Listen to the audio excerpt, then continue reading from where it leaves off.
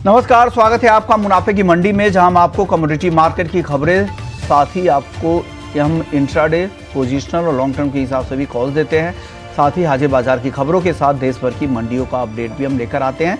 आज हमारे साथ 4 मेहमान हैं। धर्मेश भाटिया हैं एमिरेट्स एनवीडी से, और हमारे साथ वंदना भारती हैं एसएमसी ग्लोबल सिक्योरिटीज से, और साथ ही आगे विवेक अग्रवाल होंगे दलहन पर बातचीत करने के लिए, जो भारत सब कॉन्टिनेंट एग्री फाउंडेशन के एमडी है, और देवेंद्र बोरा होंगे, दलहन कारोबारी है, ट्रेडर है, एपीएमसी वाशी से। आप सभी मेहमानों का बहुत बहुत शुक्रिया।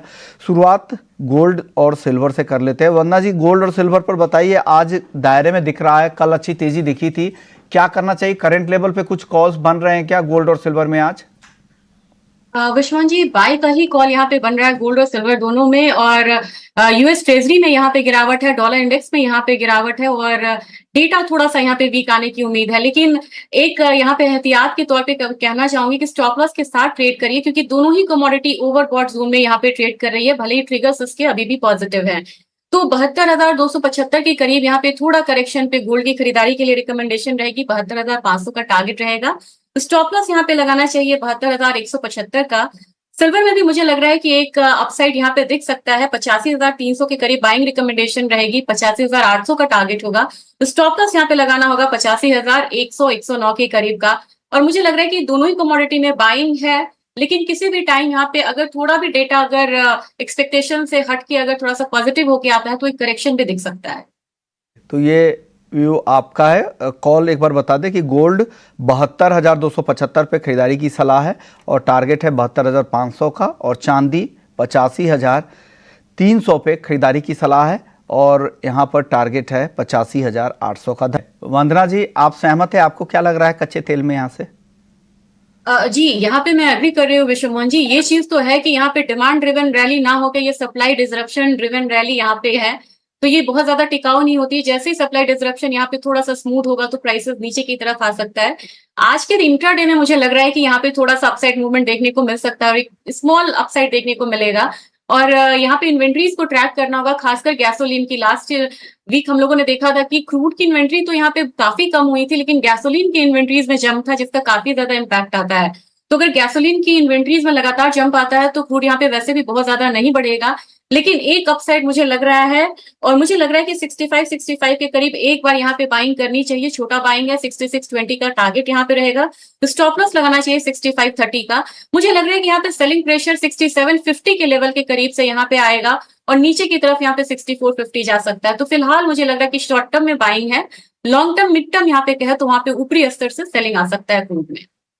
ट्रेडिंग के लिए आज यहाँ पे आप खरीदे, लेकिन जब भाव ऊपर जाए 6,750 तक, फिर वहाँ पर बेच सकते हैं। ये सलाह वंदना जी की तरफ है, लेकिन करंट लेवल पे इनकी खरीदारी की सलाह। और धर्मेश जी ने भी कहा है कि उछाल पर यहाँ पर कच्चा तेल बेचना चाहिए, जो करंट लेवल पे ना बेचे, ऊपर भाव जाए तब आप बेचे। ओके, तो ये व्यू आपका नेचुरल गैस पर। आप बताइए वंदना जी, आपकी राय क्या है? जी विश्वमोहन जी, राय यहाँ पे सेम है। मुझे लग रहा है कि 185 अगर आता है यहाँ पे मे कॉन्ट्रैक्ट 185 188, तो यहाँ पे बाइंग करनी चाहिए। मुझे लग रहा है पर प्राइसेस 210 की तरफ यहाँ पे जा सकता है। ये मौसम है जहाँ पे कि इन्वेंट्री स्ट्रैटेजिक रिजर्व क्रिएट किया जाता है विंटर से पहले। तो एक यहाँ पे अगर इन्वेंट्रीज लगातार कम होके आती है और थोड़ा सा मौसम अगर यहाँ पे फेवर में आ जाए, कूलिंग या हीटिंग डिमांड आए, तो एक अपसाइड देख सकते हैं कमोडिटी। तो बाय करना है, एक बार नीचे आने देना चाहिए मार्केट को 185 के 188 के करीब, वहां से बाइंग करनी है। पहला टारगेट 200 का होगा, दूसरा टारगेट 210 का होगा, और इसके लिए स्टॉप लॉस लगाना होगा 175। तो क्रूड में जैसे इंट्राडे मैंने स्ट्रैटेजी दिया है, यहाँ पे मैं पोजिशनल व्यू अपना देना चाहूंगी, और जो होल्डिंग पीरियड है वो हो सकता है कि 1 हफ्ते का यहाँ पे नेचुरल गैस में हो। ओके, तो ये राय नेचुरल गैस को लेकर आ रही है वंदना जी की तरफ से। चलिए वंदना जी, आपको क्या पसंद है बेस मेटल्स में? अभी भी खरीदारी की राय बन रही है, या आपको लगता है कि ऊपर में कुछ बेचना चाहिए? विश्वमोहन जी, कॉपर को मैं अवॉइड करना चाहूंगी। और खुशी की बात यह है कि बेस मेटल्स में चाहे वो एलएमई हो, शेफे हो या फिर कॉमिक्स हो, हर जगह बड़े वॉल्यूम के साथ ये मूव आई है। तो कॉपर की रैली यहाँ पे ओवर स्टेज्ड है। 900 यहाँ पे काफी बड़ा साइकोलॉजिकल लेवल होगा, उसको पार करना थोड़ा मुश्किल होगा, और स्टेबल होना वहां पे। एक कमोडिटी ऐसी है जिसने धीरे धीरे बड़ा अच्छा चाल दिया है, वो लेड है। यहाँ पे लेड में मैं अभी भी बाइंग में रहना चाहूंगी। 195 के करीब यहाँ पे हम बाइंग कर सकते हैं। 198 का टारगेट रहेगा।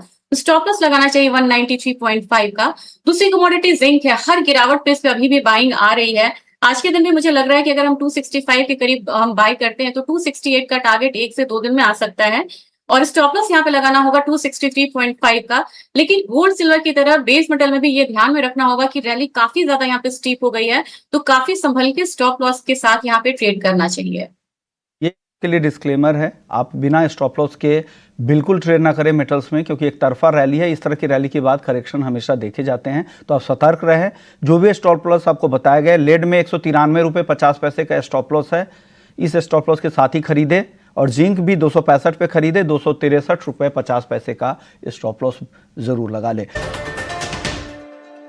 ब्रेक के बाद आपका स्वागत है और बात कर लेते हैं एग्री मार्केट में जीरा की। सबसे पहले बात करते हैं, जीरे पर दबाव दिख रहा है, कल भी हल्की नरमी दिखी थी, ऊपरी स्तरों पर मुनाफा वसूली कह सकते हैं, क्योंकि हाल में थोड़ी तेजी यहां पर आई है। वरना जी क्या लग रहा है जीरे में, क्या फिर से तेजी बनेगी क्या? थोड़ी सी तेजी अभी यहाँ पे और बन सकती है विश्व मोहन जी, क्योंकि किसान ने यहाँ पे स्टॉक को होल्ड करके रखा है, तो जब भी वो रिलीज करेंगे एक प्रेशर तो देखने को मिलेगा जीरा में। लेकिन मुझे नहीं लग रहा कि प्राइसेस जो है नीचे 23,000 24,000 से नीचे अब स्टेबल होंगे। तो यहाँ पे मुझे लग रहा है कि जून कॉन्ट्रैक्ट में फिर से एक बाइंग एक्टिविटी दिख सकती है, तो 27,350 के करीब बाइंग रिकमेंडेशन ही रहेगी। टारगेट छोटा होगा 27,550 का, तो स्टॉप लॉस को थोड़ा सा मॉडिफाई करना होगा, ये 27,250 है। 27,250 के साथ यहाँ पे खरीदारी करके चल सकते हैं और मुझे लग रहा है कि एक बार 27,550 800 के करीब यहाँ पे एक रेजिस्टेंस फेस कर सकती है कमोडिटी और फिर से यहाँ पे एक करेक्शन देखने को मिल सकता है जीरे में। और धनिया में वंदना जी बताइए, धनिया 7400 रुपए के ऊपर आ गया, लोअर लेवल पे बाइंग दिख रही है, 18,000 के नीचे हल्दी बनती है क्या खरीदारी? जी इसमें धनिया में काफी बढ़िया मूव देखने को मिला था और बिल्कुल लोअर लेवल से यहाँ पे खरीदारी आई है। मुझे लग रहा है कि फ्रेश बाइंग यहाँ पे है, तो कंटिन्यू होना चाहिए बाइंग यहाँ पे। 7410 के करीब यहाँ पे जून कॉन्ट्रैक्ट में रिकमेंडेशन रहेगी बाइंग की। 7480 का टारगेट होगा, स्टॉप लॉस लगाना होगा 7380 का। और यहाँ पे मुझे लग रहा है कि टर्मरिक में बहुत ज्यादा एक्शन देखने को फिलहाल नहीं मिल रहा था, लेकिन अब यहाँ पे एक्शन देखने को मिल सकता है। 17,950 के करीब यहाँ पे बाइंग रिकमेंडेशन रहेगी, 18,100 का टारगेट रहेगा। तो स्टॉप लॉस यहाँ पे लगाना होगा करीब करीब 17,875 रुपए का। ओके, ग्वार में बताइए, ग्वार सीड ग्वारगम आज कमजोरी दिख रही है, क्या फिर से दायरे में ही रहेगा या कुछ एक्टिविटीज कुछ एक्शन यहाँ पे दिखेगा ग्वार में आगे? दोनों साइड की मूव हो रही है यहाँ पे विश्व मोहन जी, लेकिन अगर आप देखेंगे चार्ट तो हायर हाईज और हायर लोज ये कमोडिटी बना रही है, तो ये काउंटर धीरे धीरे एक अप साइड ले रहा है, लेकिन बिल्कुल वन साइडेड रैली तो यहाँ पे नहीं दिख रही है। मुझे लग रहा है कि आज के दिन में जून कॉन्ट्रैक्ट में थोड़ी सी गिरावट आ सकती है। 5460 के करीब एक सेलिंग प्रेशर जो है वो देखने को मिल सकता है। टारगेट होगा सेलिंग स्ट्रैटेजीज में करीब करीब 5425 का, स्टॉप लॉस लगाना होगा 5475 का। और बहुत छोटे से मतलब टारगेट के लिए यहाँ पे मैं सेलिंग रिकमेंडेशन देना चाह रही हूँ, क्योंकि यहाँ पे ग्वार में देखा जाए तो हर लोअर साइड पे एक बार बाइंग जो है वो इमर्ज होके आ रही है। ओके, शुक्रिया धर्मेश जी आपका, वंदना जी आपका, आप लोगों ने वक्त निकाला। वक्त है ब्रेक का, ब्रेक के बाद FNO जंक्शन। नमस्कार।